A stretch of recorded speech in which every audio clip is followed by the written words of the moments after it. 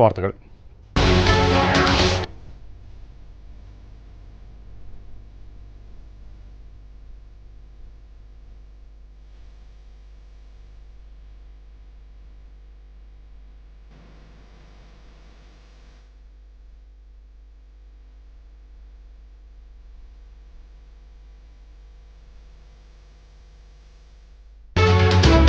വിജയദശമി ദിനത്തിൽ അറിവിന്റെ ആദ്യാക്ഷരം കുറിച്ച് കുരുന്നുകൾ. രാഷ്ട്രീയ സാഹിത്യ സാംസ്കാരിക രംഗത്തെ പ്രമുഖർ കുട്ടികളെ എഴുത്തിനിരുത്തി.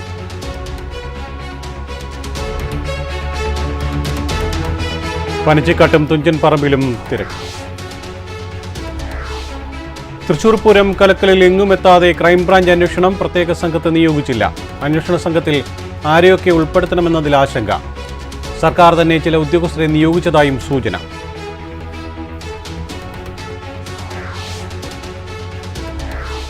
രാജ്യത്തെ മദ്രസകൾ നിർത്തലാക്കണമെന്ന ദേശീയ ബാലാവകാശ കമ്മീഷൻ. മദ്രസകൾക്കുള്ള സഹായങ്ങൾ നിർത്തലാക്കാനും മദ്രസ ബോർഡുകൾ നിർത്തലാക്കണമെന്നും സംസ്ഥാനങ്ങൾക്ക് നിർദ്ദേശം. സംസ്ഥാന ചീഫ് സെക്രട്ടറിമാർക്ക് കത്ത്.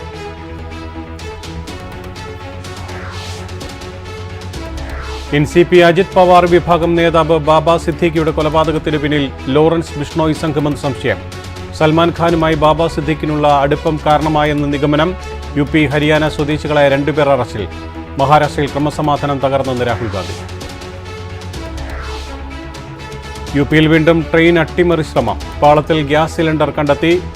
ലംധാരയ്ക്കും ധൻധേരയ്ക്കുമിടയിൽ പാളത്തിൽ കണ്ടെത്തിയത് ഒഴിഞ്ഞ സിലിണ്ടർ.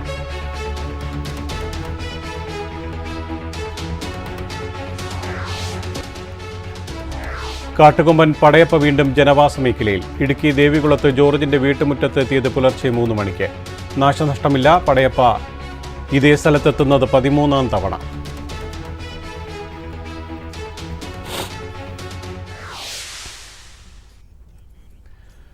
ഇന്ന് വിജയദശമി. ആദ്യാക്ഷരം കുറിച്ച് അക്ഷരമുറ്റത്തേക്ക് കാൽവയ്ക്കുകയാണ് കുരുന്നുകൾ. സംസ്ഥാനത്ത് ക്ഷേത്രങ്ങളിലും പ്രധാന എഴുത്തിനിരുത്ത് കേന്ദ്രങ്ങളിലും വൻ തിരക്കാണ് അനുഭവപ്പെട്ടത്.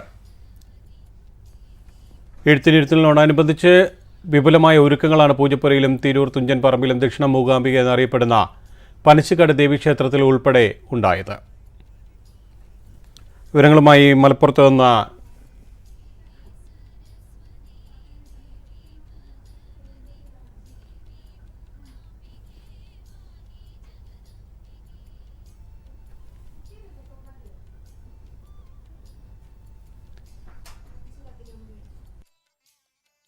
തിരുവനന്തപുരത്ത് നിന്ന് അഞ്ജിത ചേരുന്നു. അഞ്ജിത, അറിവും അക്ഷരങ്ങളും നെഞ്ചിലേറ്റുകയാണ് ഈ വിജയദശമി ദിനത്തിൽ കുരുന്നുകൾ. നിരവധി കുട്ടികളാണ് ആദ്യാക്ഷരം കുറിച്ചത്. തിരുവനന്തപുരത്ത് എവിടെയൊക്കെയാണ് പ്രധാനപ്പെട്ട ചടങ്ങുകൾ നടന്നത്? പ്രമുഖർ ആരൊക്കെയായിരുന്നു പങ്കെടുത്തത്? ജോയി, തിരുവനന്തപുരം പൂജപ്പുര സരസ്വതി മണ്ഡപത്തിൽ രാവിലെ 5:30 തന്നെ വിദ്യാരംഭ ചടങ്ങുകൾ ആരംഭിച്ചു. രാവിലെ 5:30 മുതൽ 7 വരെ ചാണ്ടി ഉമ്മൻ MLA ആയിരുന്നു കുരുന്നുകൾക്ക് ആദ്യാക്ഷരം എഴുതിപ്പിച്ചത്. ശേഷം 100 കണക്കിന് ആചാര്യന്മാരുടെ നേതൃത്വത്തിലായിരുന്നു ആദ്യാക്ഷരം ചടങ്ങുകൾ നടന്നത്. ഒരു 9 മണി ആയപ്പോൾ ശശി തരൂർ MP-യുടെ നേതൃത്വത്തിലായിരുന്നു പിന്നീട് ഉണ്ടായിരുന്ന വിദ്യാരംഭ ചടങ്ങുകൾ നടന്നത്. ഇത്തവണ 1800 കുട്ടികളാണ് സരസ്വതി മണ്ഡപത്തിൽ ആദ്യാക്ഷരം കുറിക്കാനായി എത്തിയത്. രാവിലെ 5:30 മുതൽ ഒരു 10:30 വരെ വൻ തിരക്കാണ് അനുഭവപ്പെട്ടത്. ഇപ്പോൾ ഏകദേശം തിരക്കുകൾ കുറഞ്ഞു തുടങ്ങിയിട്ടുണ്ട്. ഏകദേശം തിരക്ക് ഇപ്പോൾ കുറഞ്ഞു തുടങ്ങിയിട്ടുണ്ട്. സംസ്ഥാനത്തെ പല സ്ഥലങ്ങളിൽ നിന്നായിട്ടുള്ള നിരവധി ആളുകളാണ് പൂജപ്പുരയിൽ ആദ്യാക്ഷരം കുറിക്കാനായിട്ട് എത്തിയിട്ടുള്ളത്. ആദ്യാക്ഷരം കുറിക്കാനായി നിരവധി കുരുന്നുകളാണ് എത്തിയത്. ക്ഷേത്രങ്ങളിൽ വിദ്യാരംഭ ചടങ്ങുകൾ നടന്നു. സാമൂഹ്യ രംഗത്തെ പ്രമുഖരാണ് തലസ്ഥാനത്ത് അടക്കമുള്ള ഇടങ്ങളിൽ കുട്ടികളെ എഴുത്തിനിരുത്തിയത്. അറിവും അക്ഷരങ്ങളും നെഞ്ചിലേറ്റുകയാണ് ഇന്നത്തെ ഈ വിജയദശമി ദിനത്തിൽ കുട്ടികൾ.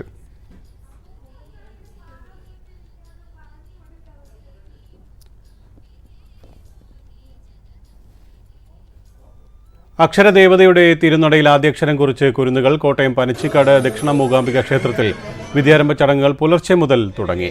പുലർച്ചെ 4 മണിക്ക് നടന്ന പ്രത്യേക പൂജകൾക്ക് ശേഷം 5 മണിയോടെ കുരുന്നുകളുടെ വിദ്യാരംഭത്തിന് തുടക്കമായി. ക്ഷേത്രത്തിന് സമീപത്തുള്ള വിദ്യാ മണ്ഡപത്തിലാണ് കുട്ടികളെ എഴുത്തിനിരുത്തിയത്. 36 ആചാര്യന്മാർ അടങ്ങുന്ന സംഘമാണ് കുരുന്നുകൾക്ക് ആദ്യാക്ഷരത്തിൻ്റെ മധുരം പകർന്നു നൽകുന്നത്.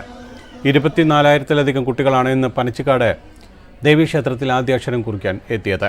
അതേസമയം തിരക്ക് കാരണം വിദ്യാരംഭ ചടങ്ങുകൾ ഉച്ചവരെ നീളുമെന്നാണ്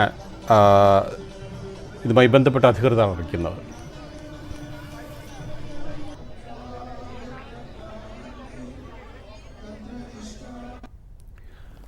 ആദ്യാക്ഷരം കുറിച്ച കുരുന്നുകൾക്ക് നടൻ മോഹൻലാൽ ആശംസകൾ നേർന്നു. അറിവിൻ്റെ ലോകത്തേക്ക് പ്രവേശിക്കുന്ന എല്ലാ പ്രിയപ്പെട്ട കൂട്ടുകാർക്കും നന്മയും വിജയവും മോഹൻലാൽ നേർന്നു.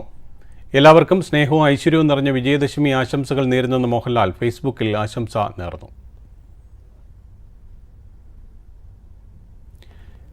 കണ്ണൂർ ദസറയ്ക്ക് ആവേശോജ്വലമായ പരിസമാപ്തി. സമാപന സമ്മേളനം മന്ത്രി കടന്നപ്പള്ളി രാമചന്ദ്രൻ ഉദ്ഘാടനം ചെയ്തു.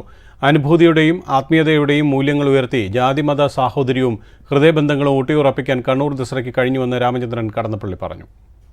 കണ്ണിനും മനസ്സിനും കുളിർമയാക്കി കഴിഞ്ഞ 9 ദിവസങ്ങളിലായി കലക്ട്രേറ്റ് മൈതാനിൽ കണ്ണൂർ കോർപ്പറേഷൻ സംഘടിപ്പിച്ച കണ്ണൂർ ദസറ സമാപിച്ചു. സമാപന സമ്മേളനം കോർപ്പറേഷൻ മേയർ മുസ്ലിം മഠത്തിന്റെ അധ്യക്ഷതയിൽ മന്ത്രി രാമചന്ദ്രൻ കടന്നപ്പള്ളി ഉദ്ഘാടനം ചെയ്തു. KV Sumesh MLA, advocate KNA Khader, എഴുത്തുകാരൻ CV ബാലകൃഷ്ണൻ എന്നിവർ മുഖ്യാതിഥികളായി. ഡിസംബർ 28-29 തീയതികളിൽ കണ്ണൂർ കോർപ്പറേഷൻ സംഘടിപ്പിക്കുന്ന മെഗാ ഗ്ലോബൽ ജോബ് ഫെയറിന്റെ ലോഗോ പ്രകാശനം പ്രശസ്ത സിനിമ പിന്നണി ഗായകൻ മധു ബാലകൃഷ്ണൻ നിർവഹിച്ചു. തുടർന്ന് വിവിധ പരിപാടികളുടെ സ്പോൺസർമാർക്കുള്ള ഉപഹാരം കൈമാറി.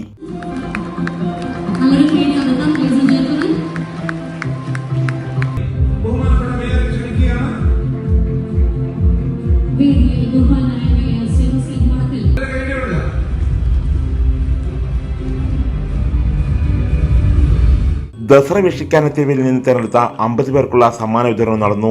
പ്രശസ്ത പിന്നണി ഗായകൻ മധു ബാലകൃഷ്ണൻ നയിച്ച ഗാനമേളയും അരങ്ങേറി.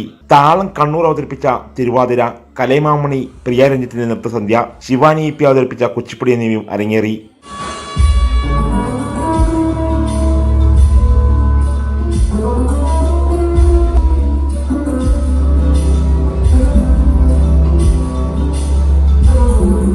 ആയിരങ്ങൾ തിങ്ങി നിറഞ്ഞ സദസ്സിനെ ത്രസിപ്പിച്ചുകൊണ്ടാണ് ഓരോ നവരാത്രി ദിനവും കടന്നുപോയത്. ജയ്ഹിന്ദ് ന്യൂസ്, കണ്ണൂർ.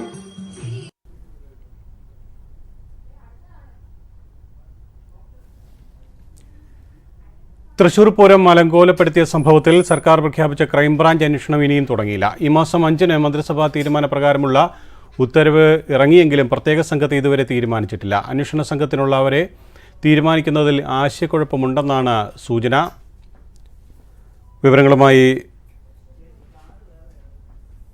അരുൺ വി ഗോപാൽ ചേരുന്നു. അരുൺ, പൂരം കലക്കിയതുമായി ബന്ധപ്പെട്ട അന്വേഷണം വേഗത്തിലുണ്ടാകും, ആ അന്വേഷണ സംഘത്തെ ഉടൻ പ്രഖ്യാപിക്കുമെന്നൊക്കെയായിരുന്നു നേരത്തെ സർക്കാർ വ്യക്തമാക്കിയിരിക്കുന്നത്. ഇപ്പോൾ എന്താണ് സംഭവിച്ചത്? ഈ മാസം 5-ാം തീയതിയാണ് മന്ത്രിസഭാ യോഗത്തിൽ പൂരം കലക്കലുമായി ബന്ധപ്പെട്ടുള്ള വിഷയത്തിൽ അന്വേഷണ സംഘത്തെ നിയോഗിക്കണമെന്നുള്ള തീരുമാനം കൈക്കൊണ്ടത്. എന്നാൽ തീരുമാനം കൈക്കൊണ്ട് ഒരാഴ്ച പിന്നിട്ടിട്ടും ഇതേവരെ അന്വേഷണ സംഘത്തെ നിയോഗിക്കാനോ അന്വേഷണ സംഘത്തിൽ ആരൊക്കെ വേണം എന്നുള്ളൊരു തീരുമാനം കൈക്കൊള്ളുവാനോ മന്ത്രിസഭാ യോഗത്തിലെ തീരുമാനത്തിൽ ഏതായാലും ADGP MR അജിത് കുമാറിനെതിരെയുള്ള അന്വേഷണം DGPയും അതുപോലെ തന്നെ പൂരം അലങ്കോലപ്പെടുത്തലുമായി ബന്ധപ്പെട്ട വിഷയം ക്രൈംബ്രാഞ്ചും അതുപോലെ തന്നെ വിവിധ വകുപ്പുകളിലെ ഏകോപനത്തിലെ പാളിച്ചകളെ പറ്റിയിട്ടുള്ള അന്വേഷണം ഇന്റലിജൻസ് ADGPയുമാണ് അന്വേഷിക്കുന്നത്.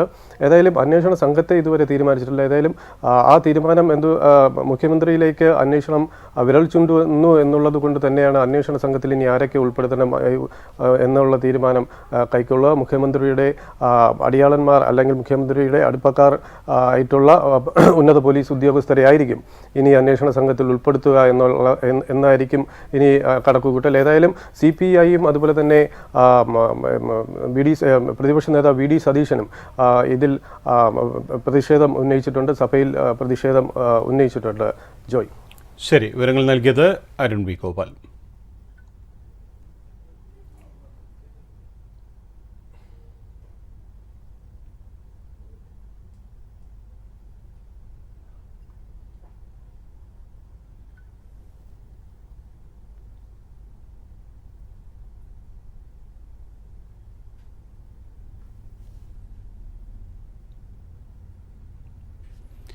NCP നേതാവും മുൻ മന്ത്രിയുമായ ബാബ സിദ്ദിഖി വധത്തിൽ അന്വേഷണം ഊർജിതമാക്കി മുംബൈ പോലീസ്. മുംബൈ ക്രൈംബ്രാഞ്ച് 6 സംഘങ്ങളായ അന്വേഷണം തുടങ്ങി. മഹാരാഷ്ട്രയിൽ ക്രമസമാധാനം തകർന്നുവെന്ന് ലോക്സഭാ പ്രതിപക്ഷ നേതാവ് രാഹുൽ ഗാന്ധി പറഞ്ഞു. അതേസമയം ബാബ സിദ്ദിഖിയുടെ മരണം മഹാരാഷ്ട്ര രാഷ്ട്രീയത്തിന് തീരാ നഷ്ടമാണെന്ന് കോൺഗ്രസ് പ്രവർത്തക സമിതി അംഗം രമേശ് ചെന്നിത്തലയും വ്യക്തമാക്കി. ഇന്നലെ രാത്രിയാണ് മകനും കോൺഗ്രസ് MLAയുമായ സിഷൻ ബാന്ദ്രയുടെ ഓഫീസിൽ വെച്ച് സിദ്ദിഖി വെടിയേറ്റ് മരിക്കുന്നത്. രാത്രി 9:30 ദസറ ആഘോഷങ്ങൾ നടക്കുന്നതിനിടെ മുഖംമൂടി ധരിച്ചെത്തിയ 3 പേർ സിദ്ദിഖിക്ക് നേരെ വെടിയുതിർക്കുകയായിരുന്നു. ഉടൻ തന്നെ ആശുപത്രിയിൽ എത്തിച്ചെങ്കിലും രക്ഷിക്കാനായില്ല. സംഭവവുമായി ബന്ധപ്പെട്ട് 2 പേർ പിടിയിലായിട്ടുണ്ട്. എന്നാൽ സിദ്ദിഖിയുടെ വധത്തിന് പിന്നിൽ ലോറൻസ് ബിഷ്ണോയി സംഘമാണെന്നാണ് സംശയം. അതേസമയം നടൻ സൽമാൻ ഖാനുമായുള്ള അടുപ്പമാണ് വധത്തിന് പിന്നിലെന്നും നിഗമനമുണ്ട്. സംഭവത്തിൽ ഷിൻഡെ സർക്കാരിനെതിരെ കടുത്ത വിമർശനവുമായി പ്രതിപക്ഷം രംഗത്തെത്തിയിട്ടുണ്ട്. ഒപ്പം ബാബ സിദ്ദിഖിയുടെ മരണം മഹാരാഷ്ട്ര രാഷ്ട്രീയത്തിന് തീരാ നഷ്ടമാണെന്നാണ് കോൺഗ്രസ് പ്രവർത്തക സമിതി അംഗം രമേശ് ചെന്നിത്തല പറഞ്ഞത്. അതേസമയം ഈ വർഷം അവസാനം മഹാരാഷ്ട്ര നിയമസഭാ തെരഞ്ഞെടുപ്പിലേക്ക് നീങ്ങുകയാണ്. അതിനിടയിലുണ്ടായ NCP നേതാവിന്റെ വധം സർക്കാരിന് തലവേദനയുണ്ടാക്കിയിട്ടുണ്ട്. കേസ് ഫാസ്റ്റ് ട്രാക്ക് കോടതിയിലേക്ക് മാറ്റാനും കോടതി നിർദ്ദേശം നൽകിയിട്ടുണ്ട്. National desk, Jaihind news. രാജ്യത്തെ മദ്രസകൾ നിർത്തലാക്കണമെന്ന് ദേശീയ ബാലാവകാശ കമ്മീഷന്റെ നിർദ്ദേശം. മദ്രസകൾക്കുള്ള സഹായങ്ങൾ നിർത്തലാക്കണം, മദ്രസ ബോർഡുകൾ നിർത്തലാക്കണം തുടങ്ങിയ നിർദ്ദേശങ്ങൾ ദേശീയ ബാലാവകാശ കമ്മീഷൻ സംസ്ഥാനങ്ങൾക്ക് നൽകി. സംസ്ഥാന ചീഫ് സെക്രട്ടറിമാർക്ക് കമ്മീഷൻ അയച്ച കത്തിലെ വിവരങ്ങൾ പുറത്തു വന്നു. വിശദാംശങ്ങളുമായി ലിജിൻ ചേരുന്നു ന്യൂസ് ഡെസ്കിൽ നിന്നും. ലിജിൻ, ബാലാവകാശ കമ്മീഷന്റെ ഒരു പ്രത്യേക നിർദ്ദേശമാണ് ഇപ്പോൾ പുറത്തു വന്നിരിക്കുന്നത്. എന്തായാലും ആ നിർദ്ദേശം വളരെ വിവാദമായിട്ടുണ്ട് എന്നുള്ള കാര്യത്തിൽ സംശയമില്ല. നിരവധി പ്രതികരണങ്ങൾ ഇതുമായി ബന്ധപ്പെട്ട് പുറത്തു വരുന്നുണ്ട്. എന്തുകൊണ്ടാണ് ഈ രാജ്യത്തെ മദ്രസകൾ നിർത്തലാക്കണമെന്നുള്ളൊരു നിർദ്ദേശം ബാലാവകാശ കമ്മീഷൻ സ്വീകരിച്ചത്? ജോയ് സൂചിപ്പിച്ചതുപോലെ തന്നെ ദേശീയ ബാലാവകാശ കമ്മീഷൻ എല്ലാ സംസ്ഥാനങ്ങളിലെയും ചീഫ് സെക്രട്ടറിമാർക്കാണ് ഒരു കത്ത് അയച്ചിരിക്കുന്നത്. ആ കത്തിൽ പ്രധാനമായും ചൂണ്ടിക്കാണിക്കുന്നത് രാജ്യത്തെ എല്ലാ മദ്രസകളും നിർത്തലാക്കണം, അവരുടെ ബോർഡുകളുമായി ബന്ധപ്പെട്ടുള്ള കാര്യങ്ങൾ മാറ്റണം, മാത്രവുമല്ല മദ്രസകൾക്കുള്ള സഹായം നിർത്തലാക്കണം എന്നീ 3 കാര്യങ്ങളാണ് ഈ 11 പേജുള്ള കത്തിൽ ചൂണ്ടിക്കാണിക്കുന്നത്. ഇതിന് പ്രധാനമായും ബാലാവകാശ കമ്മീഷൻ നൽകുന്ന വിശദീകരണം, ഒന്ന്, ഇത്തരത്തിലുള്ള മദ്രസകൾ ദേശീയ വിദ്യാഭ്യാസ സംരക്ഷണ നിയമവുമായി ബന്ധപ്പെട്ട് ഒരു തരത്തിലും യോജിച്ചു പോകാൻ സാധിക്കുന്നതല്ല.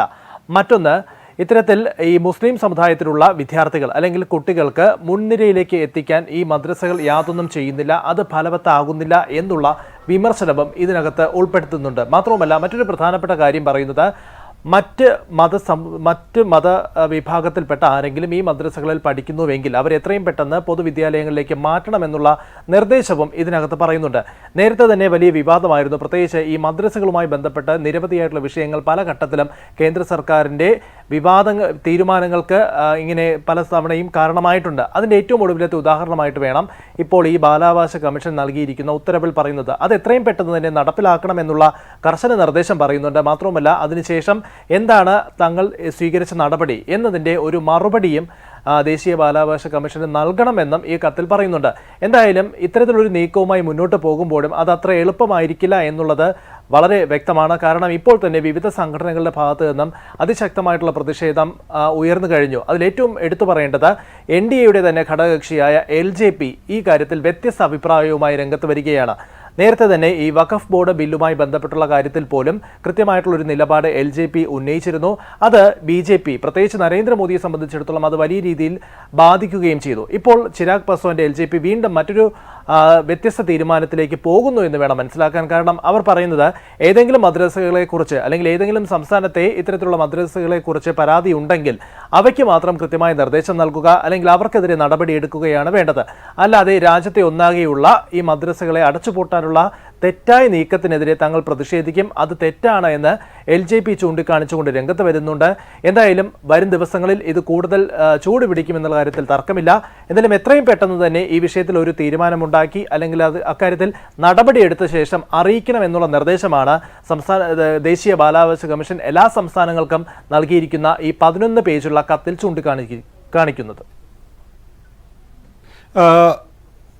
ലിജിൻ, മറ്റൊരു പ്രധാനപ്പെട്ട കാര്യം, കേരളം അടക്കമുള്ള സംസ്ഥാനങ്ങളിൽ ഇത് വലിയ പ്രതിഷേധങ്ങൾക്ക് ഇപ്പോൾ ഇടയാക്കിയിട്ടുണ്ട്. മുസ്ലിം ലീഗ് അടക്കമുള്ള രാഷ്ട്രീയ പാർട്ടികൾ ഇതിനെതിരെ പ്രതിഷേധം ഉയർത്തിയിട്ടുണ്ട്, സംഘടനകൾ പ്രതിഷേധം ഉയർത്തിയിട്ടുണ്ട്. അങ്ങനെ വലിയ പ്രതിഷേധം ഉയർന്നു വരുന്ന സാഹചര്യത്തിൽ ഈ കേരളമടക്കമുള്ള സംസ്ഥാനങ്ങളിൽ ഈ ബാലാവകാശ കമ്മീഷന്റെ നിർദ്ദേശം എത്രത്തോളം നടപ്പാക്കാൻ സാധ്യമാകും? തീർച്ചയായിട്ടും അതൊരു കീറാമുട്ട് തന്നെയായിരിക്കും ബാലാവകാശ കമ്മീഷനെ സംബന്ധിച്ചിടത്തോളം. കാരണം ഈ മദ്രസകളെക്കുറിച്ച് നേരത്തെ തന്നെ ഒരു കമ്മീഷൻ കൃത്യമായിട്ടുള്ള പഠനം നടത്തിയിരുന്നു. അതിനുശേഷമാണ് തങ്ങൾ ഇത്തരത്തിലുള്ള ഒരു ഉത്തരവ് അല്ലെങ്കിൽ ഇത്തരത്തിലുള്ള നിർദ്ദേശം നൽകിയിരിക്കുന്നത്. ലിജൻ തുടരണം. ഇപ്പോൾ MES president doctor Fazal Gafoor telephone ലൈനിലുണ്ട്. ഡോക്ടർ ഫസൽ ഗഫൂർ, ഈ തീരുമാനം, ബാലാവകാശ കമ്മീഷന്റെ തീരുമാനത്തെ താങ്കൾ ഏത് തരത്തിലാണ് നോക്കിക്കാണുന്നത്?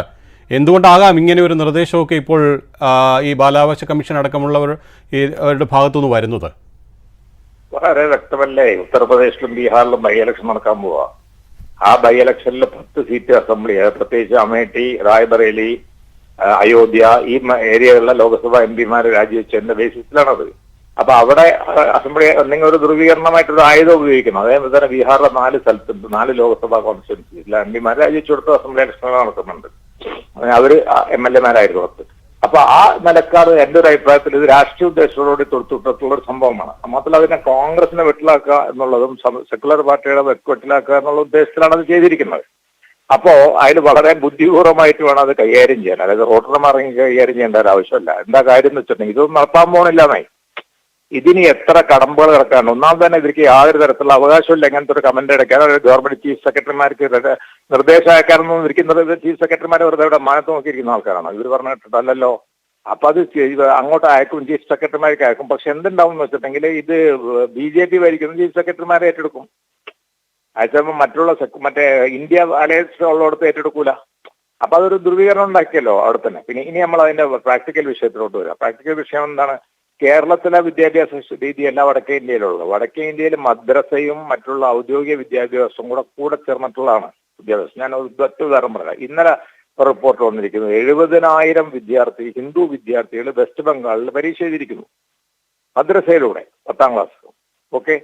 2, സച്ചാർ കമ്മീഷൻ റിപ്പോർട്ട് അനുസരിച്ചിട്ട് മദ്രസ അധ്യാപകർ ശമ്പളം കൂട്ടണം എന്ന് പറഞ്ഞിട്ടുണ്ട്. അത് തന്നെ രംഗനാഥ് മിശ്ര കമ്മീഷൻ UPA നിയമിച്ചാണ് അവരും പറഞ്ഞിരിക്കുന്നത്. ഇനി അപ്പുറത്ത് പറയാ, മിനിഞ്ഞാന്നാൾ ഏകനാഥ് ഷിൻഡെ, അതായത് ശിവസേനയുടെ BJP അലയൻസിലുള്ള കിടക്കുന്ന മഹാരാഷ്ട്ര മന്ത്രിസഭയിൽ ഈ മദ്രസ അധ്യാപകരെ ശമ്പളം കൂട്ടണം എന്ന് പറഞ്ഞിട്ടുണ്ട്. അപ്പൊ അവർ അംഗീകരിക്കല്ലേ ചെയ്തിട്ടുള്ളത്. കേരളത്തിലെ ഇന്ത്യയിലുള്ള എല്ലാ കമ്മീഷനുകളും, കാര്യപ്പെട്ട കമ്മീഷനുകളും അംഗീകരിച്ചു. ഇനിയിപ്പോ അവരുടെ മദ്രസയിൽ തൊട്ട് കളിച്ചാൽ നേരെ പോയിട്ട് കാറ്റക്കിസം, ക്രിസ്തു മതപ്രചരണത്തിന് വേണ്ടി ഉപയോഗിക്കുന്നതാണെന്ന് പറഞ്ഞിട്ട് ഞങ്ങളൊക്കെ ക്രിസ്ത്യൻ സ്ഥാപനങ്ങളിൽ പഠിച്ച. അപ്പൊ അവിടെ ഇടപെടുമോ? 3ാമത്തെ ഇഷ്യൂ കിടക്കുന്നത് ശിശു മന്ദിരങ്ങളും കാര്യമൊക്കെ ഇല്ലേ, ഹൈന്ദവ സമുദായത്തിനുണ്ടല്ലോ. അപ്പൊ എല്ലാവർക്കും ഉണ്ട് അത്. അപ്പൊ അതിൽ കൈ കെട്ടാൽ അത് മൊത്തം ഇവിടുത്തെ ഏതെങ്കിലും ഒരു സമുദായത്തിൽ എല്ലാ സമുദായങ്ങളെയും ബാധിക്കുന്ന ഒരു സംഭവത്തിലോട്ട് പോകും എന്നുള്ളതാണ്.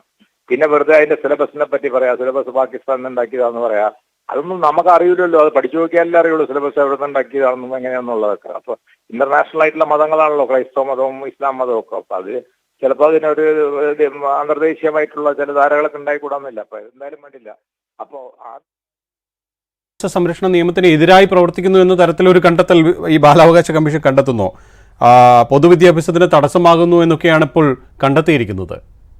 നമുക്കിപ്പോ എന്തുവാണെന്ന് വെച്ചാൽ പറയാലോ. ഒന്നും പഠിക്കാതെ ഇരുന്നിട്ട് ആ സ്ത്രീക്ക് അവർക്ക് ഇതിനെ പറ്റിയിട്ടൊക്കെ എന്താ പറയുക, അവരിത് പഠിച്ചു വെച്ചിട്ടുണ്ടോ? ഇതെല്ലാം ഇതൊക്കെ ഞങ്ങളൊക്കെ തന്നെ ഈ സംസാരിക്കുന്നത് വർഷങ്ങളുടെ എക്സ്പീരിയൻസിന്റെ ബേസിലല്ലേ. സച്ചാർ കമ്മീഷനിലും രംഗനാഥ് മിശ്ര കമ്മീഷനിലും അതുമാതിരി മണ്ഡൽ കമ്മീഷനിലും ഒക്കെ പോയി അതൊക്കെ ഡീൽ ചെയ്തൊക്കെ വന്നിട്ടുള്ള ആൾക്കാരല്ല. ഡീൽ ചെയ്യുന്ന വെച്ചിട്ടുണ്ടെങ്കിൽ നമ്മൾ സമർപ്പിച്ച് കാര്യങ്ങൾ പഠിച്ചുകൊണ്ട്. അപ്പൊ ഇതിപ്പോ എന്താ സംഭവം എന്ന് പറഞ്ഞുതരാം. ഇതിപ്പോ ഉദ്ദേശം എന്താ? ഇതിപ്പോ എവിടെ എത്താൻ പോകുന്നില്ല. പക്ഷെ ഇപ്പൊ വഖഫ് നിയമം എടുത്തിട്ട മാതിരി, അയോധ്യ പ്രശ്നം എടുത്തിട്ടുള്ള മാതിരി, മതപരിവർത്തനം എടുത്തിട്ടുള്ള, ലവ് ജിഹാദ് എടുത്തിട്ടുള്ള മാതിരി, ഇതുമാതിരിയുള്ള കാര്യങ്ങൾ എടുത്തിട്ടുമ്പോൾ അത് എവിടെ എത്തൂല. പക്ഷെ എന്നാലും അത് അതിങ്ങനെ ആകാശത്തിരിക്കും. ആവശ്യം വരുമ്പോൾ ആയുധം എടുക്കും, എന്നിട്ട് അത് ഉപയോഗിക്കും, പിന്നെ വീണ്ടും അവിടെ വെക്കും. പക്ഷെ ഇതിന് തീർപ്പ് കൽപ്പിക്കലുണ്ടാവില്ല. അതേമാതിരി തീർപ്പ് കൽപ്പിക്കാൻ പറ്റാത്ത ഒരു സംഭവമായിട്ടാണ് ഞാൻ ഇതിനെ കാണുന്നത്. ഇതെന്തായാലും ഒരു തെരഞ്ഞെടുപ്പ് മുന്നിൽ കണ്ടുള്ള ഒരു നീക്കമായി മാത്രം കണ്ടാൽ മതിയോ? തെരഞ്ഞെടുപ്പല്ലല്ലോ ഇത്, തുടർച്ചയായിട്ടുള്ള തെരഞ്ഞെടുപ്പുകളല്ലേ. എല്ലാ തെരഞ്ഞെടുപ്പിലും ഇത് തന്നെയല്ലേ യൂസ് ചെയ്തത്.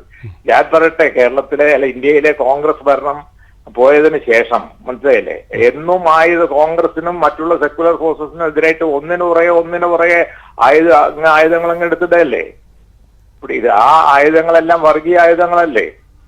അപ്പൊ എന്തെങ്കിലും ഒന്ന് പറഞ്ഞു കഴിഞ്ഞാൽ, ഇപ്പൊ ജയ്ഹിന്ദ് ചാനലായതുകൊണ്ട് ഞാൻ പറയണേ, എന്തെങ്കിലും ഒന്ന് കോൺഗ്രസിലെ ആൾക്കാർ പറഞ്ഞ ആർട്ടിക്കിൾ 370 പറ്റി പറഞ്ഞാൽ ദേശദ്രോഹികളായി മാറി, ഇതിനെപ്പറ്റി പറഞ്ഞാൽ ഹൈന്ദവ ദ്രോഹികളായി മാറി, വേറെടുത്ത് പറഞ്ഞാൽ അപ്പൊ എന്തെങ്കിലും പറഞ്ഞു കഴിഞ്ഞാൽ കാസ്റ്റ് സെൻസസിന് ജാതി വിരുദ്ധമാണത് എന്ന് പറയും.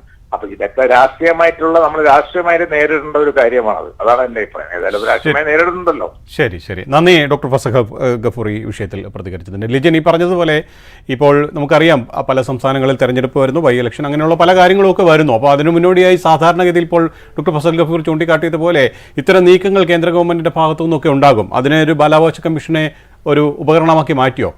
തീർച്ചയായിട്ടും അങ്ങനെ തന്നെ വേണം നമുക്ക് കരുതാൻ. കാരണം ഇതിനകത്ത് ഏറ്റവും പ്രധാനമായും ഒരു ഗുരുതരമായിട്ടുള്ള വിമർശനം ഉന്നയിക്കുന്നത് ഇസ്ലാമിക വിദ്യാഭ്യാസമാണ് മദ്രസകൾ നൽകുന്നത്. അതുകൊണ്ട് തന്നെ ഇസ്ലാം വിശ്വാസികളല്ലാത്തവരെ എത്രയും പെട്ടെന്ന് തന്നെ അവിടെ നിന്ന് മാറ്റണം എന്നുള്ള ഒരു നിർദ്ദേശം കൂടി ഇതിനകത്ത് ഉൾപ്പെടുത്തിയിട്ടുണ്ട് എന്നുള്ളതാണ്. മാത്രമല്ല 2009 പൊതുവിദ്യാഭ്യാസ നയം അനുസരിച്ചിട്ടല്ല മദ്രസകളുടെ പ്രവർത്തനം എന്നതടക്കമുള്ള കാര്യങ്ങളാണ് മുന്നോട്ട് വയ്ക്കുന്നത്. നേരത്തെയും സമാനമായ രീതിയിൽ 2004 ഏപ്രിലിൽ ഉത്തർപ്രദേശിൽ ബോർഡ് ഓഫ് മദ്രസ വിദ്യാഭ്യാസ നിയമവും 2004 ഇത് ഭരണഘടനാ വിരുദ്ധമെന്ന് പ്രസ്താവിച്ച അലഹബാദ് ഹൈക്കോടതി ഉത്തരവ് പുറപ്പെടുവിക്കുന്ന ഒരു സാഹചര്യമുണ്ടായി. പക്ഷെ അന്ന് ഏറ്റവും ഒടുവിൽ ബാലാവകാശ കമ്മീഷൻ മദ്രസകൾക്കെതിരെ സമാനമായിട്ടുള്ള ഒരു നിലപാടായിരുന്നു അന്നും എടുത്തത്. അതായത് ഇത് ആദ്യമായിട്ടല്ല രാജ്യത്ത് നടപ്പിലാക്കുന്നത് എന്ന് ഡോക്ടർ ഫസൽ ഗഫൂർ പറഞ്ഞത് അക്ഷരാർത്ഥത്തിൽ ശരിയാണ്. ഇതിനു മുൻപും സമാനമായ രീതിയിലുള്ള നിലപാടുകളും ഇടപെടലുകളും ദേശീയ ബാലാവകാശ കമ്മീഷൻ നടത്തിയിട്ടുണ്ട്. അതിൻ്റെ ഏറ്റവും ഒടുവിലത്തെ ഉദാഹരണമായിട്ട് വേണം ഇപ്പോൾ ഈ ചീഫ് സെക്രട്ടറിമാർക്ക് അയച്ച കത്തിലൂടെ നമുക്ക് വ്യക്തമാകുന്നതും നമ്മൾ മനസ്സിലാക്കേണ്ടതും. ശരി, വിശദാംശങ്ങൾ നൽകിയത് ന്യൂസ് ഡെസ്കിൽ നിന്നും ലിജിൻ. ഇടവേള.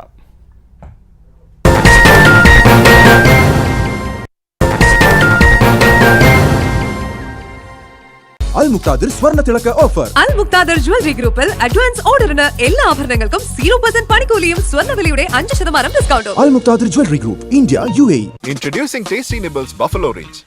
Murden buff fry, spicy buff curry, നല്ല crispy buff കൊണ്ടാട്ടം, രസികൻ buff roast, പിന്നെ എന്റെ favourite buff dry fry, super buff biryani എന്നിങ്ങനെ 10 ഐറ്റംസ് റെഡിയാക്കാൻ ഇനി വെറും 5 മിനിറ്റ്.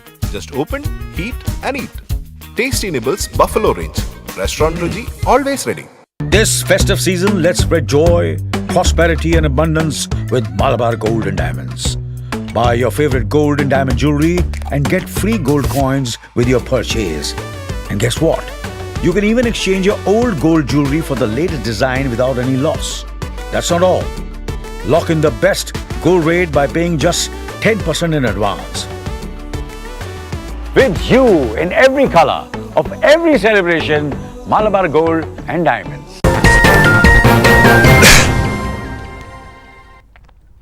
ഉത്തർപ്രദേശിലെ റെയിൽവേ പാളത്തിൽ ഗ്യാസ് സിലിണ്ടർ കണ്ടെത്തി. ലൗന്താരയ്ക്കും ദാൻതേരയ്ക്കുമിടയിലുള്ള പാളത്തിലാണ് ഗ്യാസ് സിലിണ്ടർ കണ്ടെത്തിയത്. പരിശോധനയിൽ കണ്ടെത്തിയത് ഒഴിഞ്ഞ സിലിണ്ടറാണ്. റെയിൽവേ പാളത്തിൽ ഇത്തരത്തിൽ ഒഴിഞ്ഞ സിലിണ്ടർ കണ്ടെത്തിയതിൽ അട്ടിമറി ശ്രമമുണ്ടോ എന്നതടക്കമുള്ള കാര്യങ്ങൾ അന്വേഷണ സംഘം പരിശോധിക്കുകയാണ്. കോഴിക്കോട് റെയിൽവേ സ്റ്റേഷനിൽ ട്രെയിനിൽ നിന്ന് വീണ് യുവാവ് മരിച്ചു. 27-കാരനായ തമിഴ്നാട് കാഞ്ചീപുരം സ്വദേശി ശരവണനാണ് മരിച്ചത്. ഇയാളെ തള്ളിയിട്ടെന്ന ദൃക്സാക്ഷിയുടെ മൊഴിയുടെ അടിസ്ഥാനത്തിൽ കണ്ണൂർ സ്വദേശിയെ റെയിൽവേ പോലീസ് കസ്റ്റഡിയിലെടുത്തു. ഇന്നലെ രാത്രി 11:15 സംഭവം. കോഴിക്കോട് റെയിൽവേ സ്റ്റേഷനിൽ ട്രെയിനിൽ നിന്ന് വീണ് മരിച്ചയാളെ തിരിച്ചറിഞ്ഞു. തമിഴ്നാട് കാഞ്ചീപുരം സ്വദേശി ശരവണൻ എന്ന 25-കാരനാണ് മരണപ്പെട്ടത്. കോഴിക്കോട് റെയിൽവേ സ്റ്റേഷനിൽ ഇന്നലെ രാത്രി 11:30 മംഗളൂരു കൊച്ചുവേലി ട്രെയിനിൽ നിന്നാണ് യാത്രക്കാരൻ വീണത്. AC കമ്പാർട്ട്മെന്റിലെ ഡോറിലിരുന്നയാൾ സ്റ്റേഷനിൽ നിന്നും ട്രെയിൻ എടുത്ത ഉടനെ താഴേക്ക് വീഴുകയായിരുന്നെന്നാണ് ആദ്യം ലഭിച്ച വിവരം. എന്നാൽ ഇയാളെ കമ്പാർട്ട്മെന്റിൽ നിന്ന് തള്ളിയിട്ടതാണെന്നാണ് സംശയം. സംഭവത്തിൽ ഒരാളെ റെയിൽവേ പോലീസ് കസ്റ്റഡിയിലെടുത്തിട്ടുണ്ട്. അന്വേഷണം പുരോഗമിക്കുകയാണ്. യാത്രക്കാർ ചങ്ങല വലിച്ചാണ് ട്രെയിൻ നിർത്തിയത്. ട്രെയിനിൽ നിന്നും പ്ലാറ്റ്ഫോമിനും ഇടയിൽ കുടുങ്ങിയാണ് മരണമുണ്ടായത്. ഉടൻ തന്നെ സ്വകാര്യ ആശുപത്രി എത്തിച്ചെങ്കിലും മരണം സംഭവിക്കുകയായിരുന്നു. മൃതദേഹം മെഡിക്കൽ കോളേജ് മോർച്ചറിയിൽ സൂക്ഷിച്ചിരിക്കുകയാണ്. ജയ്ഹിന്ദ് ന്യൂസ്, കോഴിക്കോട്. കോഴിക്കോട് തിരുവമ്പാടിയിൽ 14-കാരിയെ കടത്തിക്കൊണ്ടുപോയ അജയ് നിരവധി ക്രിമിനൽ കേസിലെ പ്രതി. ദിവസങ്ങൾക്ക് മുമ്പ് തിരുവമ്പാടിയിൽ നിന്നും പ്രതി അജയ് ബൈക്ക് മോഷ്ടിച്ചതായും പരാതിയുണ്ട്. കോഴിക്കോട് തിരുവമ്പാടിയിൽ 14-കാരിയെ കടത്തിക്കൊണ്ടുപോയ കേസിൽ റിമാൻഡിലായ പ്രതി മോഷണ കേസിലടക്കം നിരവധി കേസുകളിൽ പ്രതിയാണെന്ന് പോലീസ് അറിയിച്ചു. ഇടുക്കി പീരുമേട് സ്വദേശി അജയാണ് കഴിഞ്ഞ ദിവസം റിമാൻഡിലായത്. ബൈക്ക് മോഷണത്തിന് പേരുകേട്ടയാളാണ് അജയ് എന്നാണ് പോലീസ് പറയുന്നത്. കോഴിക്കോട് ജില്ലയിലടക്കം പല സ്റ്റേഷനുകളിലും അജയ്ക്കെതിരെ മോഷണ കേസുകൾ രജിസ്റ്റർ ചെയ്തിട്ടുണ്ടെന്ന് പോലീസിന്റെ അന്വേഷണത്തിൽ കണ്ടെത്തി. പെൺകുട്ടിയെ കടത്തിക്കൊണ്ടുപോകുന്നതിന് 5 ദിവസം മുമ്പും അജയ് ഒരു ബൈക്ക് മോഷ്ടിച്ചതായി അന്വേഷണത്തിൽ പോലീസ് കണ്ടെത്തിയിട്ടുണ്ട്. ഒക്ടോബർ 5-നാണ് ഒപ്പന പിടിക്കാനെന്ന് പറഞ്ഞ് 14-കാരി വീട് വിട്ടിറങ്ങിയത്. പിന്നെ വീട്ടിലേക്ക് മടങ്ങിയെത്തിയില്ല. തുടർന്ന് രക്ഷിതാക്കൾ മുക്കം പോലീസിൽ പരാതിപ്പെട്ടു. പോലീസ് നടത്തിയ അന്വേഷണത്തിൽ 2 ദിവസം മുമ്പ് പെൺകുട്ടി കോയമ്പത്തൂരിൽ വെച്ച് കണ്ടെത്തിയിരുന്നു. അജയ് 14-കാരിയെ പരിചയപ്പെട്ടതും വലിയ കഥയാണ്. പെൺകുട്ടിയുടെ സഹോദരൻ കൊച്ചിയിൽ പണിക്ക് പോയപ്പോഴാണ് പീരുമേട് സ്വദേശി അജയുമായി സൗഹൃദത്തിലാവുന്നത്. അടുപ്പം വളർന്നപ്പോൾ പെൺകുട്ടിയുടെ വീട്ടിലും പ്രതിയെത്തിയിരുന്നു. പിന്നാലെയാണ് 14-കാരിയുമായി സൗഹൃദത്തിലായതും. പെൺകുട്ടിയെ കടത്തിക്കൊണ്ടുപോയതും ബൈക്ക് മോഷണ കേസിൽ വിദഗ്ധനായ പ്രതി കളമശ്ശേരി രജിസ്റ്റർ ചെയ്ത കേസുകളിൽ ജയിൽ ശിക്ഷ അനുഭവിച്ചിട്ടുണ്ട്. കോഴിക്കോട് ജില്ലയിലെ പല സ്റ്റേഷനുകളിലും അജയ്ക്കെതിരെ നിരവധി കേസുകളുണ്ടെന്ന് പോലീസ് അറിയിച്ചു. അഷ്റഫ് കരിപ്പായിൽ, ജയ്ഹിന്ദ് ന്യൂസ്, കോഴിക്കോട്. ഇടുക്കി ദേവികുളത്ത് വീണ്ടും പടയപ്പ ഇറങ്ങി. ദേവികുളം മുക്കത്ത് ജോർജിന്റെ വീട്ടുമുറ്റത്താണ് പടയപ്പ എന്ന ആന എത്തിയത്. എന്നാൽ പടയപ്പ എത്തിയെങ്കിലും നാശനഷ്ടങ്ങളൊന്നും ഉണ്ടായില്ല. മൂന്നാറിലെ ജനവാസ മേഖലയിൽ വീണ്ടും കാട്ടുകൊമ്പൻ പടയപ്പ ഇറങ്ങി. ദേവികുളം മുക്കത്ത് ജോർജിന്റെ വീട്ടുമുറ്റത്താണ് പടയപ്പ എത്തിയത്. ഇന്ന് പുലർച്ചെ 3 മണിയോടെ ആന വീടിന്റെ ഗേറ്റ് തുറന്ന് അകത്ത് കയറുകയായിരുന്നു. ഇത് 13ാം തവണയാണ് ആന ജോർജിന്റെ വീട്ടുമുറ്റത്തെത്തുന്നത്. യാതൊരുവിധ നാശനഷ്ടങ്ങളും ആന ഉണ്ടാക്കിയിട്ടില്ല. കുറച്ചുനേരം വീട്ടുമുറ്റത്ത് നിലയുറപ്പിച്ച ശേഷം ആന തിരികെ പോവുകയും ചെയ്തു. ജനവാസ മേഖലയിലേക്ക് സമീപം തന്നെ ആന തുടരുകയാണെന്നും വനംവകുപ്പ് അധികൃതർ അറിയിച്ചു. തുടർച്ചയായി ജനവാസ മേഖലയിൽ ഇറങ്ങുന്ന കാട്ടാന കൂടിയാണ് പടയപ്പ. ഇത് ജനവാസ മേഖലയിൽ ആകെ പരിഭ്രാന്തി സൃഷ്ടിച്ചിട്ടുണ്ട്. ജയ്ഹിന്ദ് ന്യൂസ്. UDYF നേതാക്കളുടെ അന്യായ തടങ്കലിനെതിരെ മലപ്പുറത്ത് UDYF പ്രതിഷേധ മാർച്ചും ധർണയും സംഘടിപ്പിച്ചു. ജില്ലാ കളക്ടറുടെ വസതിക്ക് മുന്നിൽ നിന്നും ആരംഭിച്ച പ്രതിഷേധ ജ്വാല കുന്നുമൽ ടൗണിൽ അവസാനിച്ചു. യൂത്ത് ലീഗ് അധ്യക്ഷൻ മുനവർ അലി ശിഹാബ് തങ്ങൾ പ്രതിഷേധ ജ്വാല ഉദ്ഘാടനം ചെയ്തു. DCC president advocate VS Joy മുഖ്യപ്രഭാഷണം നടത്തി. ക്രിമിനൽ പോലീസ് മാഫിയ ഗുണ്ടാ സംഘത്തലവൻ മുഖ്യമന്ത്രി രാജിവെക്കണമെന്ന് ജോയ് ആവശ്യപ്പെട്ടു. മുഖ്യമന്ത്രിയുടെ ഓഫീസ് കേന്ദ്രീകരിച്ചാണ് ഇന്ന് കേരളത്തിൽ എല്ലാ മാഫിയ പ്രവർത്തനങ്ങളും നടക്കുന്നതെന്ന് VS ജോയ് അഭിപ്രായപ്പെട്ടു. ഏറ്റവും വലിയ പ്രതിഷേധമാണ് നമ്മൾ ഇവിടെ ഉയർത്തിക്കൊണ്ടിരിക്കുന്നത്. ഈ സംസ്ഥാനം ഭരിച്ചുകൊണ്ടിരിക്കുന്ന പിണറായി വിജയൻ എന്ന് പറയുന്ന കേരളത്തിന്റെ മുഖ്യമന്ത്രി കഴിഞ്ഞ ദിവസം നമ്മുടെ ജില്ലയെ നോക്കി അദ്ദേഹം നടത്തിയ കൊഞ്ഞനം കുത്തൽ നമ്മളൊക്കെ കണ്ടതാണ്. കേരളത്തിന്റെ മുഖ്യമന്ത്രി പറഞ്ഞത് എന്താണ്? മലപ്പുറം എന്ന് പറയുന്നത് മാഫിയ പ്രവർത്തനത്തിന്റെ കേന്ദ്രമാണ്, ദേശവിരുദ്ധ പ്രവർത്തനത്തിന്റെ കേന്ദ്രമാണ് മലപ്പുറം ജില്ല എന്ന് പറഞ്ഞ കേരളത്തിന്റെ മുഖ്യമന്ത്രിയുടെ മുഖത്തേക്ക് വിരൽ ചൂണ്ടി ഞങ്ങൾ പറയാൻ ആഗ്രഹിക്കുന്നു, ഈ നാട്ടിലെ ദേശവിരുദ്ധ പ്രവർത്തനം. Sports.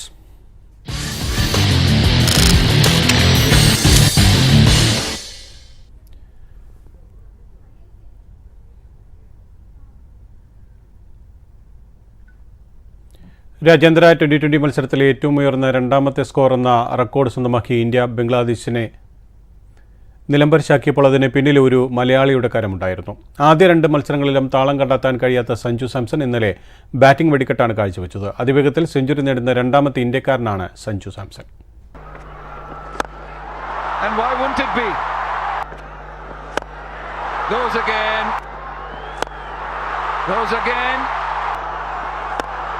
Slower through the air and goes over with wicket. ഒരു ഓവറിൽ 5 സിക്സർ നേടുക എന്നത് മെന്റർക്ക് താൻ നൽകിയ വാക്കാണെന്ന് മലയാളി താരം സഞ്ജു സാംസൺ ബംഗ്ലാദേശിനെതിരായ 3ാം T20 മത്സരത്തിൽ പ്ലെയർ ഓഫ് ദ മാച്ച് പുരസ്കാരം ഏറ്റുവാങ്ങി സഞ്ജു പറഞ്ഞു. റിഷാദ് ഹുസൈൻ എറിഞ്ഞ 10ാം ഓവറിലാണ് തുടരെ സഞ്ജു 5 സിക്സർ പറത്തിയത്. അതിവേഗത്തിൽ സെഞ്ചുറി നേടുന്ന രണ്ടാമത്തെ ഇന്ത്യക്കാരനുമായി സഞ്ജു. 47 പന്തിൽ 111 റൺസാണ് സഞ്ജു അടിച്ചു നേടിയത്. രാജ്യാന്തര T20 മത്സരത്തിലെ ഏറ്റവും ഉയർന്ന രണ്ടാമത്തെ സ്കോർ എന്ന റെക്കോർഡ് ഇന്ത്യയുടെ പേരിലായി. ടെസ്റ്റ് പദവിയുള്ള ടീമുകളെ പരിഗണിച്ചാൽ ഏറ്റവും ഉയർന്ന T20 സ്കോറാണിത്. 2019 ഫെബ്രുവരി 23 ഡെറാഡൂണിൽ അയർലാൻഡിനെതിരെ അഫ്ഗാനിസ്ഥാൻ 3 വിക്കറ്റ് നഷ്ടത്തിൽ നേടി 278 റൺസാണ് ഇന്ത്യ മറികടന്നത്. 20 ഓവറിൽ 22 സിക്സുകളോടെയും 25 ഫോറുകളുടെയും അകമ്പടിയോടെയാണ് ഇന്ത്യ 297 റൺസ് അടിച്ചു കൂട്ടിയത്. ഇതിൽ 8 സിക്സുകളും 11 ഫോറുകളും സഞ്ജുവിന്റെ ബാറ്റിൽ നിന്നാണ് പിറന്നത്. പവർ പ്ലേയിൽ ഇന്ത്യയുടെ ഏറ്റവും ഉയർന്ന സ്കോറും ബംഗ്ലാദേശിനെതിരെ ഇന്ത്യ കുറിച്ചു. News desk, Jaihind news.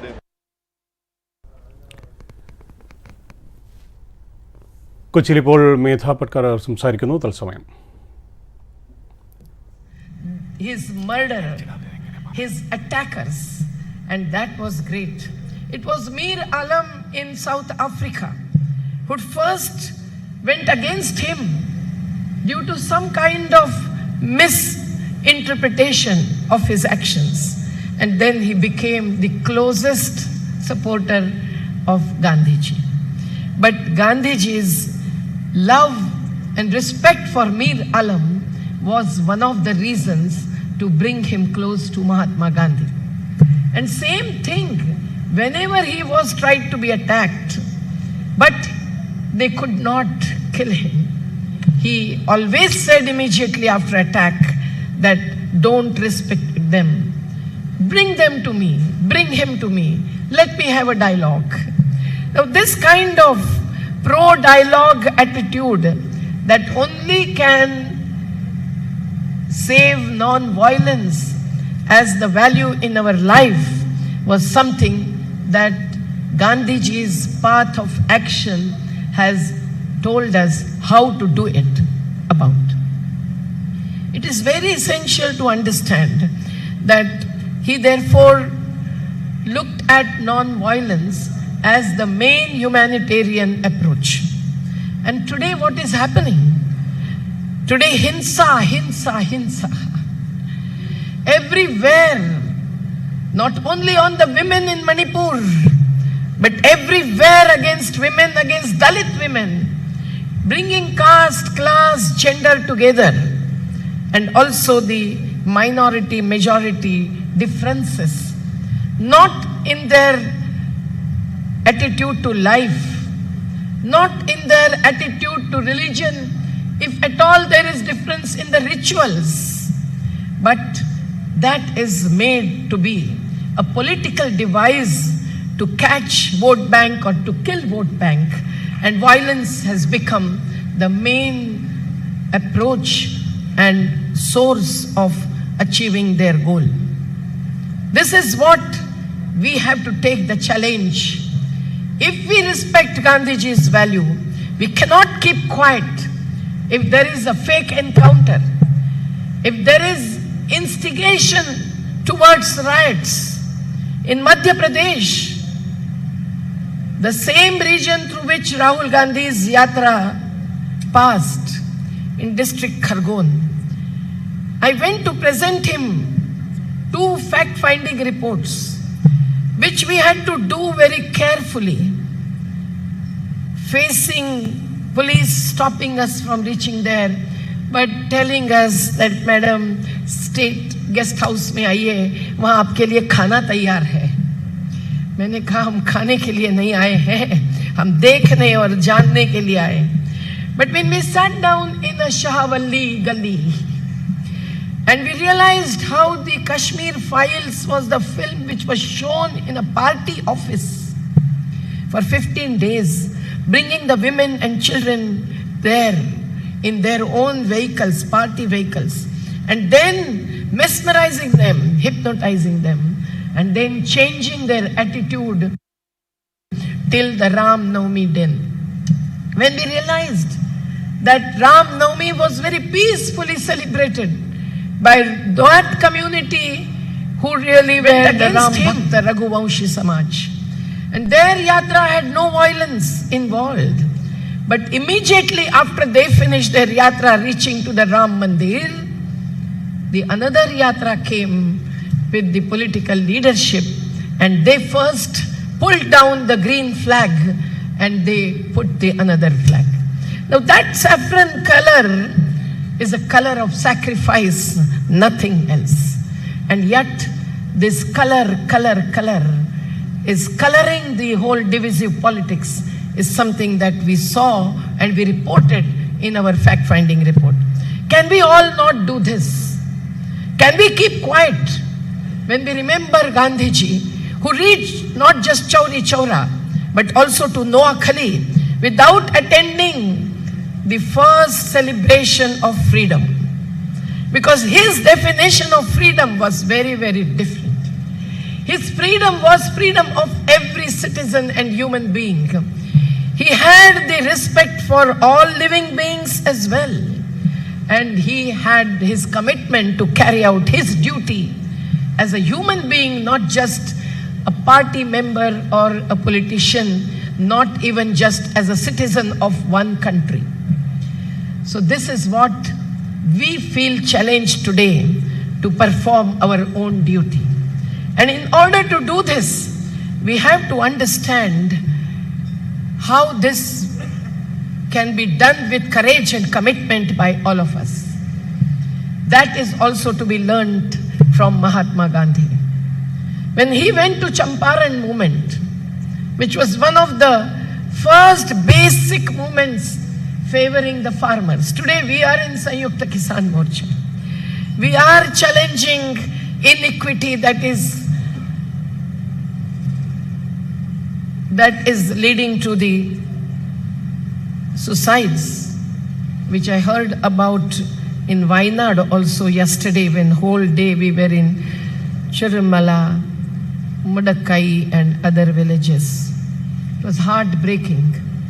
But when Gandhiji took up that battle of Champaran and was against Jamindars, what is the situation today? There are new kind of Jamindars. In Mumbai, in the name of rehabilitation and redevelopment of one single slum in the named as Dharavi, the largest slum in Asia, Gautam Adani is given hundreds of acres of land all over Mumbai. Every slum that we are working in through our Ghar Bachao, Ghar Banao Andolan. Even today I am facing the challenge when our court cases are going on. But we know that when Dharavi is totally against getting displaced and losing their livelihoods with small cottage and village industries, the dream of Gandhian economy, how will they accept those multi-storied buildings, and why should they accept a corporate looter who is earning not less than 1600 crores, as is in the news, per day? Allow him to take over instead of self-development by those workers who are a part of that slum.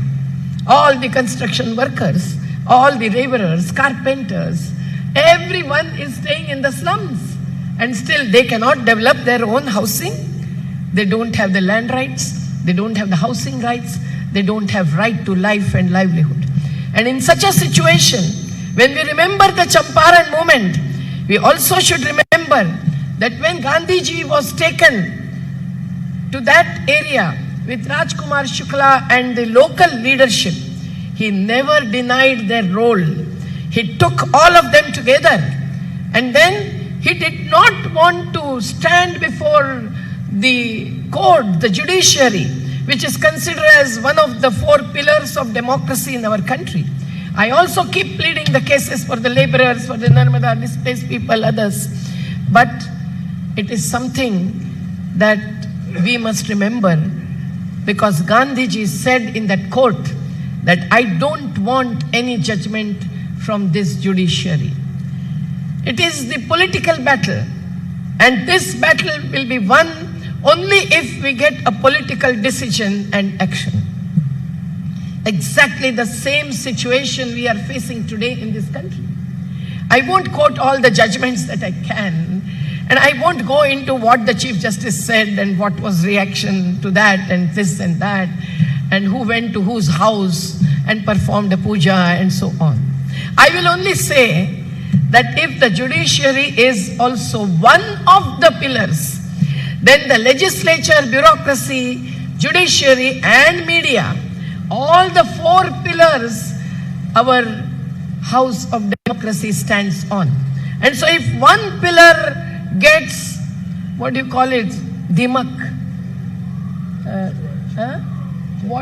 and white ant, what will happen to the house? If one pillar gets destroyed, the whole house will collapse, as we saw it in the Mundakai village yesterday.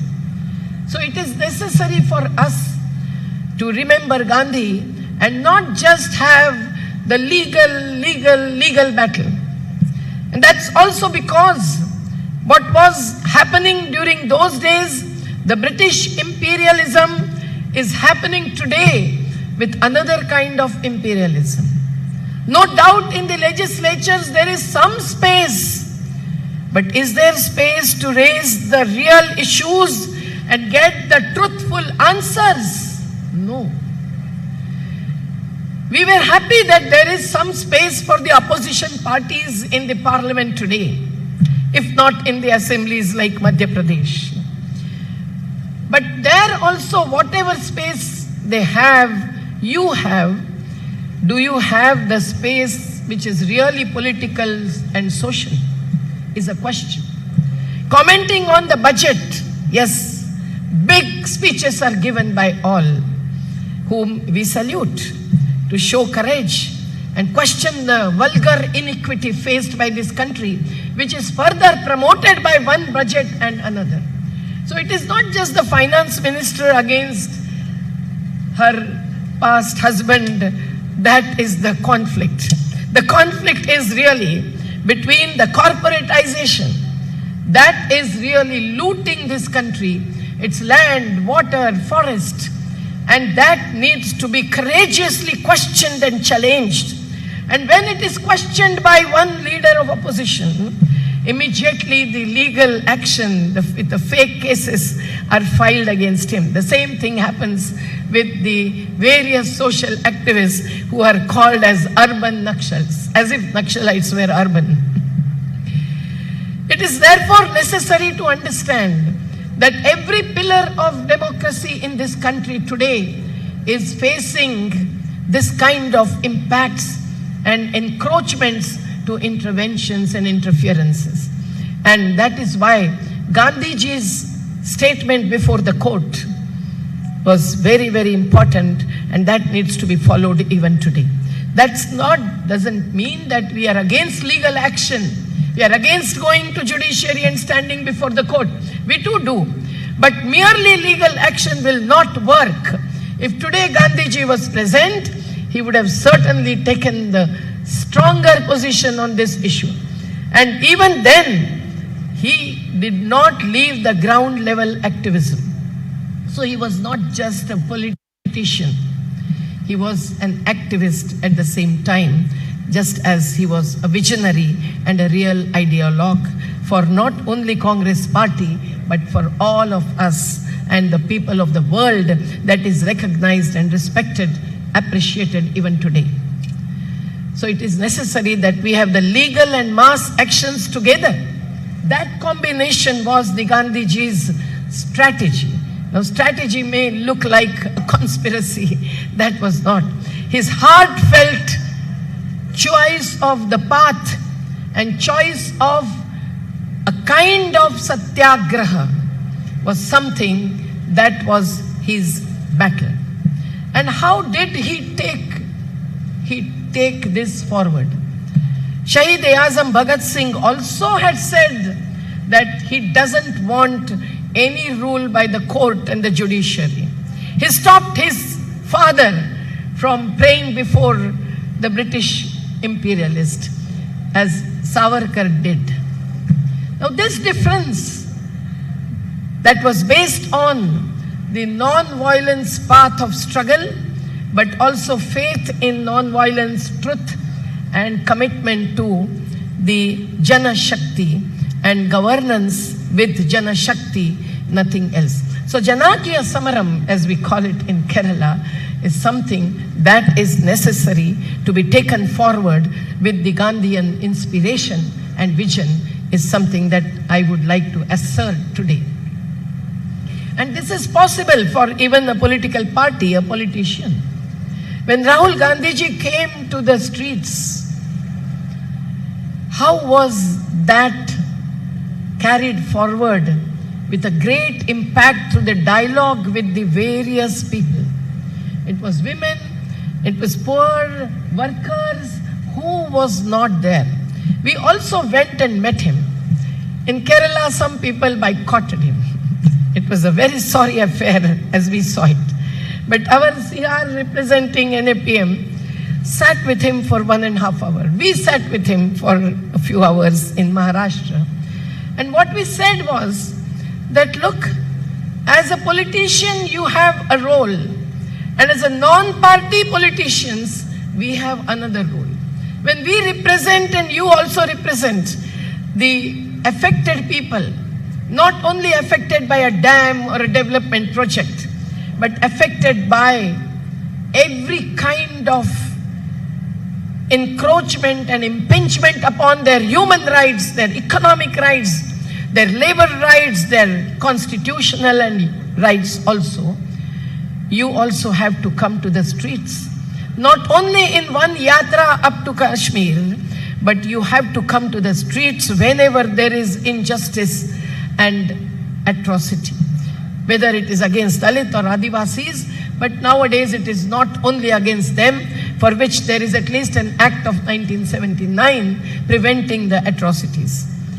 You have to come to the streets when the migrant laborers are walking thousands of kilometers, and we had to take to the fast on the border of Maharashtra and Madhya Pradesh and then stop them from walking, not forcefully but humbly. And then the railway and the buses started. But Rahul Gandhi said, yes, I agree. With a very, very soft and sweet dialogue that we could have with him is something that I cannot forget. Because some of the colleagues which were sitting around were taking a different position. They were saying, Medaji, abhi is par zyada baat mat karna. Abhi is par zyada mat karna. And Rahul Gandhi ji took the same issues when he started responding to us. So that was the creditable kind of pro-dialogue approach of a politician that we witnessed and we saluted him for.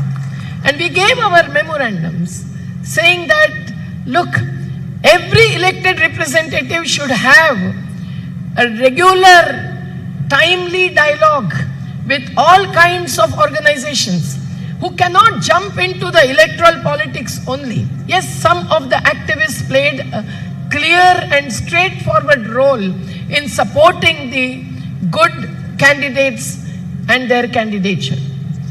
But we also gave our manifestos. The Green Manifesto was presented in the Haryana elections recently, and it was the party who is now in power and who was in power that has included much of it in their manifesto.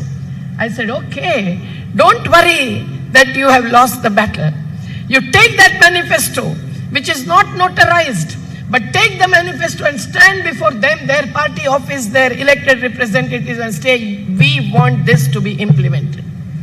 Now, this kind of dialogue and approach, even to the party politics, electoral politics, is something that we can learn from the Gandhian ideology and strategy both.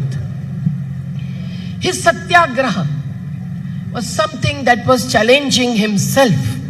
So satyagraha, whether it is a fast or a jala satyagraha as we always have, is something that we have to take up time and again.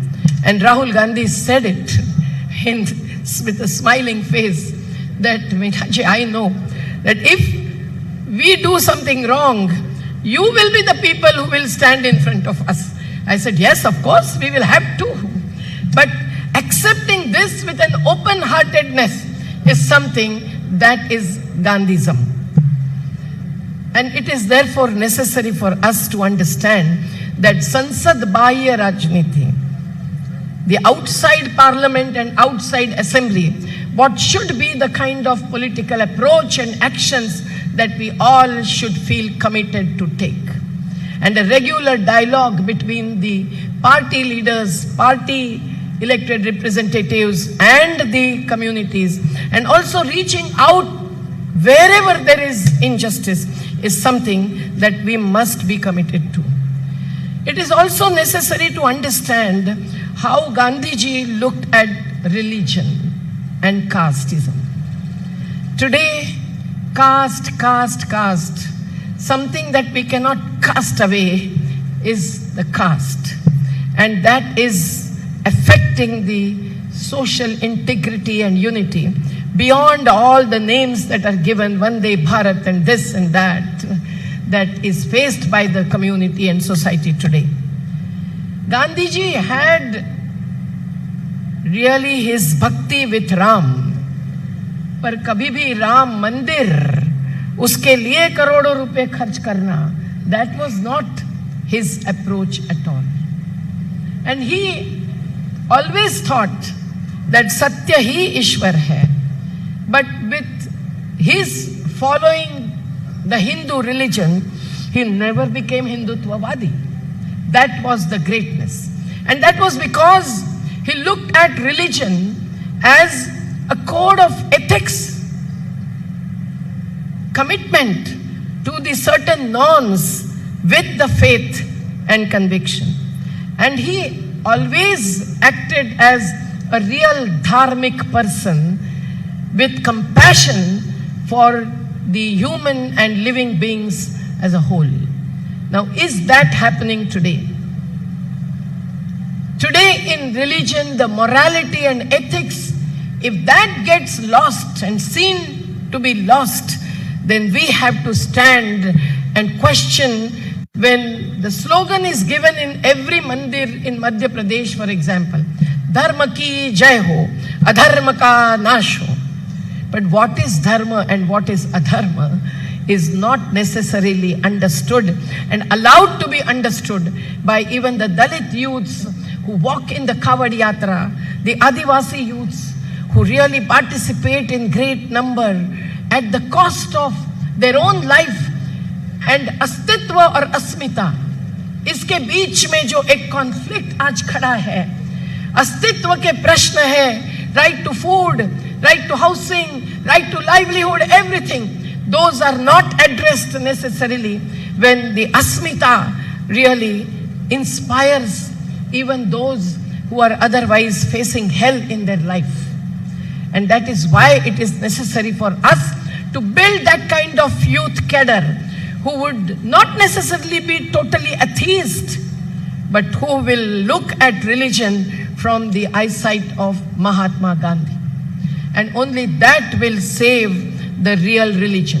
Birsa Munda had talked about Prakriti Dharma. We every day in our Prarthana in the Narmada Andolan office talked about Manav Dharma. And we say, Kaha Ram hai, kya Rahim hai, यह प्रकृति जीवन मेरा, मेरा ही जल मेरी नदी, ये जमीन और जंगल मेरा. और आखिरी में यही, विकास की सही सोच हो, उसमें ही राम रहीम हो. So we don't deny the existence in the faith, not in reality in front of us. What was in Ramayana, what was in Mahabharata, we cannot prove anything.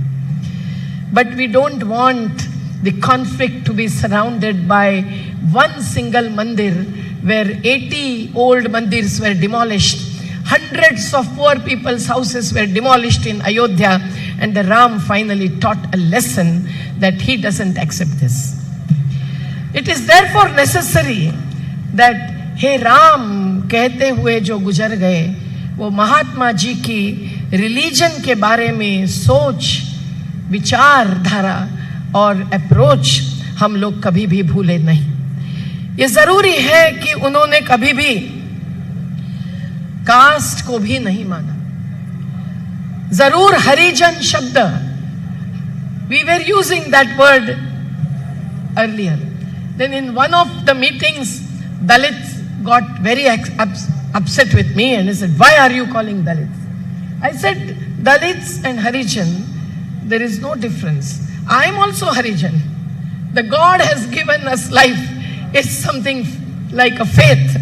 But Gandhiji brought it only to move towards caste annihilation, not casteist division. And today, if we can see, he is also blamed for challenging reservation. When Baba Saheb Ambedkar was for the separate constituencies, he had to take up a fast in 1932, no doubt about it. But Baba Saheb felt at his heart and he went and met Mahatma Ji and they had the Pune agreement. So Mahatma Ji's viewpoint was towards caste annihilation. Today we have experiencing, when we cannot oppose the SC/ST reservation, we cannot oppose that reservation should become superfluous, unnecessarily unrequired, dispensable after few years or few decades. But right since 1947, 1949, when the constitution is, given to us in our hands, there is no situation still arisen where the reservation can end. On the other hand, every community is asking for reservation. Is that really helping us to move towards caste annihilation? I say no. I feel dilemma therefore to support or not to support the reservation, whether it is of OBC, of Pasmanda Muslim, of Dhangar, the cattle grazers. Everyone is asking for reservations. How will we get beyond casteism in such a situation? The only path is to have the universal policy which will be based on equity, justice and fraternity, which is the value framework given to us by Gandhiji and no one else. And that is reflected in the Constitution as well. It is therefore to be realized that Gandhiji's value framework is the framework of constitutional values. I am just gifted by a young group who is working towards saving the Constitution.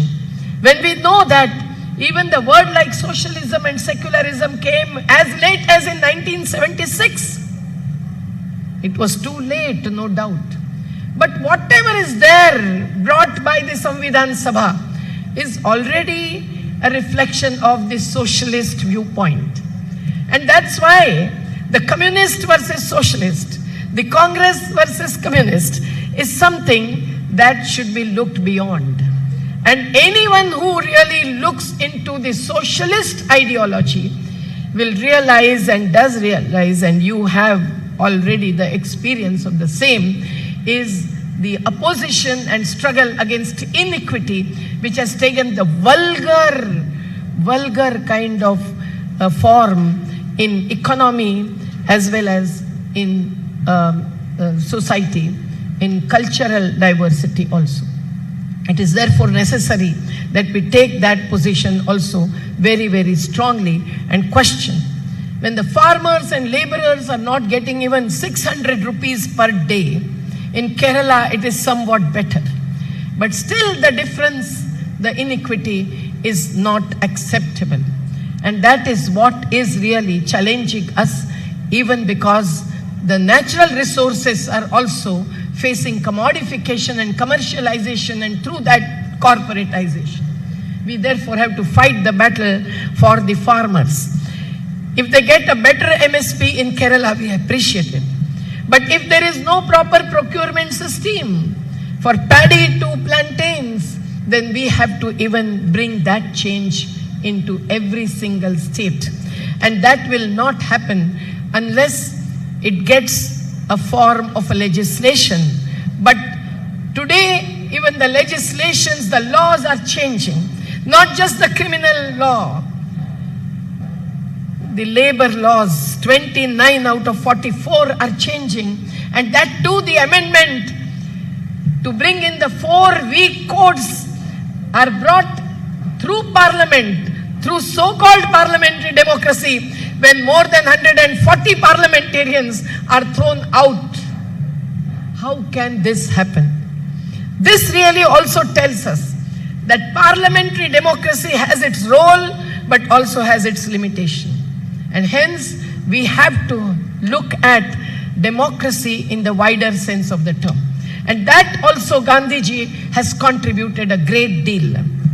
The decentralized approach is something that brought in the concept of Gram Swaraj, that we are trustees, not owners of any of the natural resources, is something that we are reminded of when we go to the place like Wayanad, where deforestation took place since 1980s, and that was replaced by tree plantation of eucalyptus to whatnot, and some tea plantation, some cardamom and paper, no doubt. But killing the natural forest, full of biodiversity, in the beautiful and bountiful Western Ghats, which your state has the major part of, and then facing landslides, facing soil piping, facing forest fires, facing cloud bursts, everything that happens not only as a result of the natural calamity, but human interventions in the name of politics, in the name of economics, based on those resources, and then the related impacts like the climate change and the greenhouse gases. Now, when we take this position, many people question it. Yesterday in the open public meeting, in presence of the MLA, Mr. Siddiqui of your party, when we spoke about the tunnel that is planned as an alternative to the hairpin roads, where we were also stuck for a few hours when we were traveling back. But few youngsters rose up and started coming towards dais and challenging us, and we said that we can have matabhed, but we cannot have manabhed. Let us sit and have a dialogue. Let us see whether the environmental and social impacts of those projects are assessed, whether impact assessment process has included the people of the area, those who are generations old communities, whether on the sea coast of fish workers, whether the riverine communities, whether those in the hills and mountain ranges. Are they taken into consideration? You have a few thousand residents association in Kerala. We salute Kerala government always for carrying this forward. There was Isaac, that time, and the district planning concept, which even George Fernandez wanted to carry forward. But is every residents association asserting the right to land, water, forest, asserting the right to become participants in the development planning process is a question. It is therefore necessary to understand why did Gandhiji gave us Gram Swaraj, Gram Kosh and Gram Sabha. Now the Gram Sabha got included by Rajiv Gandhi, another Gandhi, in 1992-93 through Article 243 and 244, and that is given to the urban residents and the Gramin people to have their own right to plan their own development. And that must give us not a chance but a vision about what is development. Now, Gandhian economic development is an ecological prosperity, sustainability and justice-based development. That is why unemployment is a big question discussed today. But how will the employment generation take place? Will it take place through maximum and unstopped, mechanization? No. So Gandhiji was not totally against machines, otherwise he is also blamed for that. But he wanted to have limits to mechanization. Human body is also a machine and human force is the largest capital that a country like India or China has. And we must respect this and use this along with the natural resources. Now that was the green vision of Gandhiji. Now he cannot be easily called as environmentalist because ecological knowledge with ethics to be reflected in action was Gandhiji's ideology, faith and commitment to. And this is reflected in the Constitution, Article 48, but it is not followed in this country. And that is why not just Western Ghats, but Himalayas, the Ladakh, they are also on fast even today, because every kind of questioning to exploitation, extraction of the natural resources, killing through pollution, even the houseboats I can see. There are 4 reports, but if houseboats are in the creek, it is a different story. If they come through the National International Waterways Authority to Narmada, that is prevented by Supreme Court and National Green Tribunal, and still they are carrying forward. We have to fight and fight and fight the battle to save the livelihood of our fish workers, but also to save the potability of Narmada waters, which is absolutely lost. I have the test reports in my hands. So Pujan Karna Nadi ka is one thing and Manan Karna is another thing. So Gandhiji's approach was of Manan, about the ecology, about the natural resources, and he always wanted to save it while taking the economy forward. So employment generation in the Article 43 of the Constitution, where cottage industries are mentioned, but is that the priority of the government today? But there is a chance of anyone who comes to power to really change the whole approach, to have the decentralized management of water. Because big dams, we followed America, USA, since the Tennessee Valley Corporation into Damodar Valley Corporation. What is happening in the Damodar Valley today? I will not take that much time. What is happening in the USA? They have decommissioned 1951 dams. European countries have decommissioned more than 4,000 dams.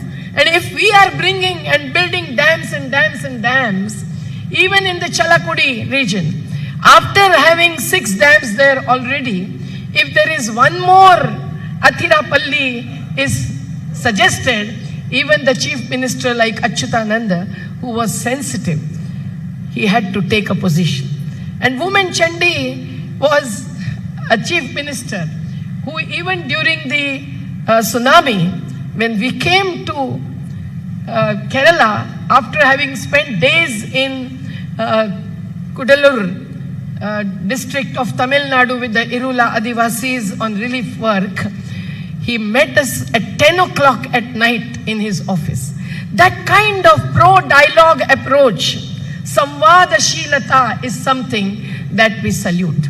And if this does not happen at the wider level, at the country's level, involving the people from each community, not just occupational communities, but geographical, occupational, social, without carrying out these divisions, and also involving women. Women were a part of the Samvidhan Sabha. I am thankful to the youths who have given a report, a booklet with the contribution of women to Samvidhan Sabha. Many people do not even know about it. But without women, there can be no life. So it is necessary to understand how Gandhiji was particularly following this path of participatory, transparent, accountable and decentralized approach. And only that can save this country from the worst that is happening, leading to 1,500 scientists giving us a warning that within few decades the humanity would be finished. Just yesterday I saw the 2024 report having come from the international major force, and I have gone through the post-disaster report on Nava Keralium by all the state level, national level and international level organizations. And what is the Nava Keralium?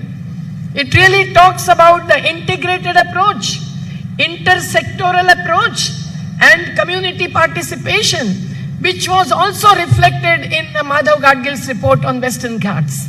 When some people challenge it or bypass it or not accept it, not only politicians but even the civil society people, then that leads to the calamities like the floods in 2018 or the Western Ghat devastation in Wayanad, in Maharashtra, and Himalayan, melting of the snow and killing of the Ladakh's rights of the Pashupalak, the cattle grazers, and the Joshimath being devastated. It is all that Gandhiji has, in a way, told us as to how to really take it forward. And the talisman that the Gandhiji has given to decide what should be the priorities in economy to politics is something that we cannot ever forget, because today when 80 crore people are still living on the 5 kg rice, The Right to Food Act came in 2013, just before the government changed in 2014. Who is complying with that act? Forest Rights Act came when Manmohan Singh himself took a position saying that it is historical injustice that is faced by the Adivasis. When I referred to Adivasi as indigenous community in the United States Human Rights Commission, I was challenged by the ambassadors standing up and shouting against me that Bharat, India has no indigenous community. I said, my God, do you understand the meaning of the word Adivasi? The Adivasi means the first inhabitants, the indigenous community. So all this thing from local to national and international is something can be guided on the Gandhian path, and that only can save us. But before all this, we have to really understand how this can happen, even being a part of a political party or a civil society organization as we are termed today. I still see the difference between the NGOs and people's movements, and I say the role is mainly of people's movement. And Gandhiji was in people's movement throughout. When 78 persons walked in the Gandhi Yatra, initially even Sardar Patelji was not for it. But his fight for the farmers was supported by Gandhiji, and he never went against Gandhi. Initially he had some questions, but then they were closed till end. Just as Gandhiji and Ambedkar Gandhiji and Bhagat Singh Gandhiji and Nehru, there are and there were differences in their ideology and some solutions, but it was Gandhi who was the real mobilizer, coordinator, and one who brought together all of them. And Gandhiji took even the party which you are celebrating 100 years of to the each gully, not limiting to Delhi.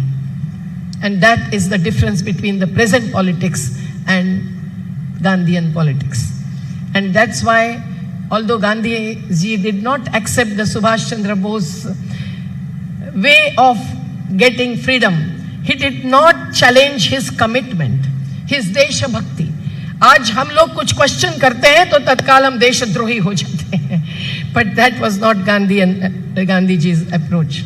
He respected Subhash Chandra Ji, and Subhash Chandra Bose was the one who called him Rashtrapita for the first time. So imagine how was the compassionate approach and that talisman to really focus on the Dalits, Pidit, Shoshit, exploited and deprived populations as to be the first and the foremost focus of our present economy and politics is possible only if we have in our hearts Gandhiji. This prarthana that we say every Gandhi Jayanti is not only about one Vaishnava community. वैष्णव जन तो तेने कहिए रे पीड़ पराई जाने रे पर दुखे उपकार करे तो मन अभिमान ना माने रे. इस प्रार्थना में इतनी चीजें हैं कि हर महिला को माता मानना चाहिए, यहाँ तक उसमें रिफ्लेक्टेड है. गांधी जी ने ऐसा बहुत कुछ दिया है. उनके ऊपर सबसे पहली किताबें तो अंतरराष्ट्रीय लेखकों ने लिखी, पर अभी कितनी किताबें गांधी जी के ऊपर है. हमारे यंगस्टर्स, हमारे यूथ्स क्या ये पढ़ते हैं?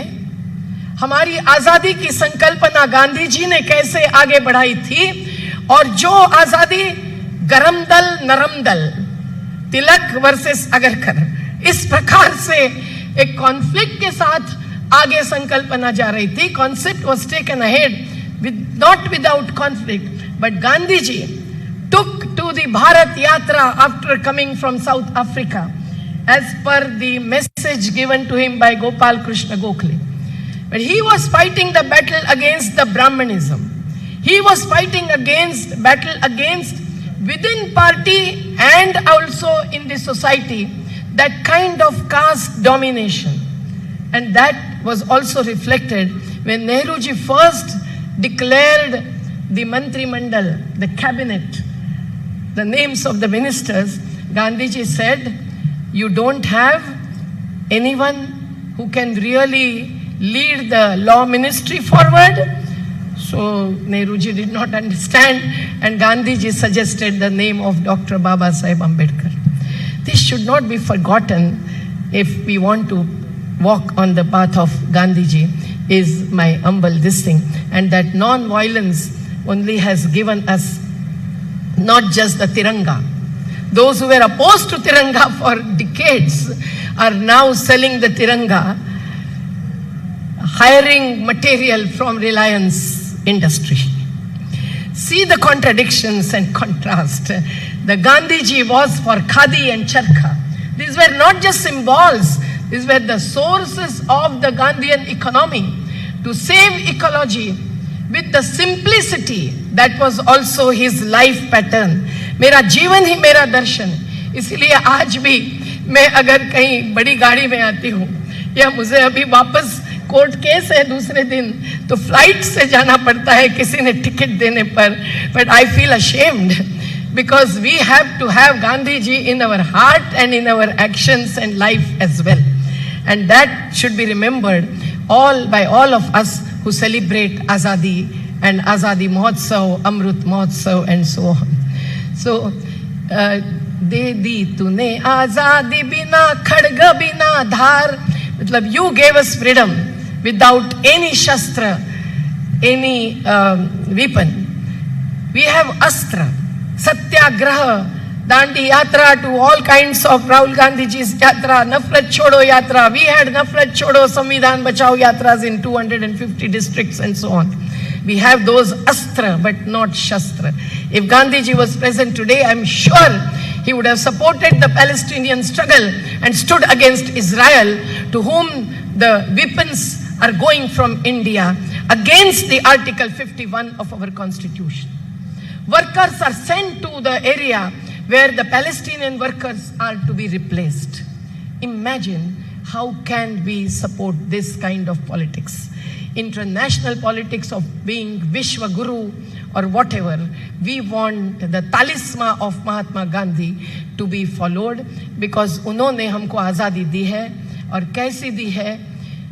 दे दी तूने आज़ादी बिना खड़ग बिना धार, साबरमती के संत तूने कर दिया कमाल. जिंदाबाद. नमन. Thank you, മേധാജി. ശ്രീമതി മേധാ പട്കർ ഇത്രയും നേരം നമ്മളോട് സംസാരിച്ചതിൻ്റെ സാരമെന്ന് പറഞ്ഞാൽ, ഗാന്ധിയൻ സാമ്പത്തിക ശാസ്ത്രം എന്ന് പറഞ്ഞാൽ നീതി അടിസ്ഥാനമാക്കിയിട്ടുള്ള വികസന സങ്കല്പമാണ് എന്നാണ്. ഗാന്ധി ഇന്നും പ്രസന്റാണ്, നാളെയുടെയും നേതാവാണ്. കാലാതീതമായ ഗാന്ധിയെ കുറിച്ചിട്ട് നമ്മുടെ ഈ 6 ദിവസത്തെ സെമിനാറിൻ്റെ മുഴുവൻ സാരാംശവും ഉൾക്കൊണ്ടിട്ടുള്ള ഇത്ര നല്ലൊരു പ്രഭാഷണം കാഴ്ചവെച്ച അവർക്ക് ഹൃദയം നിറഞ്ഞ നന്ദി പറയുന്നു. അതോടൊപ്പം അടുത്തതായി നമ്മളെ അഭിസംബോധന ചെയ്ത് സംസാരിക്കുന്നത് ബഹുമാനിയായ കെ സഹദേവനാണ്. 3 പതിറ്റാണ്ട് കാലത്തെ പരിസ്ഥിതി രാഷ്ട്രീയ പ്രവർത്തനത്തിലൂടെ, എഴുത്തിലൂടെ, പ്രഭാഷണങ്ങളിലൂടെ ഗ്രീൻ പൊളിറ്റിക്സിന്റെ ഒരു വക്താവായിരിക്കുന്ന അദ്ദേഹത്തെ സ്നേഹപൂർവ്വം ഈ വേദിയിൽ നമ്മെ അഭിസംബോധന ചെയ്യാൻ ക്ഷണിക്കുന്നു.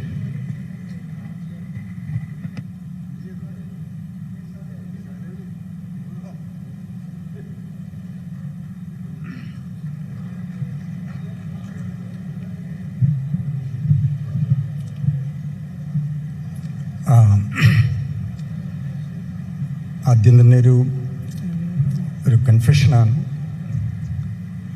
ഏതാണ്ടൊരു 15 വർഷം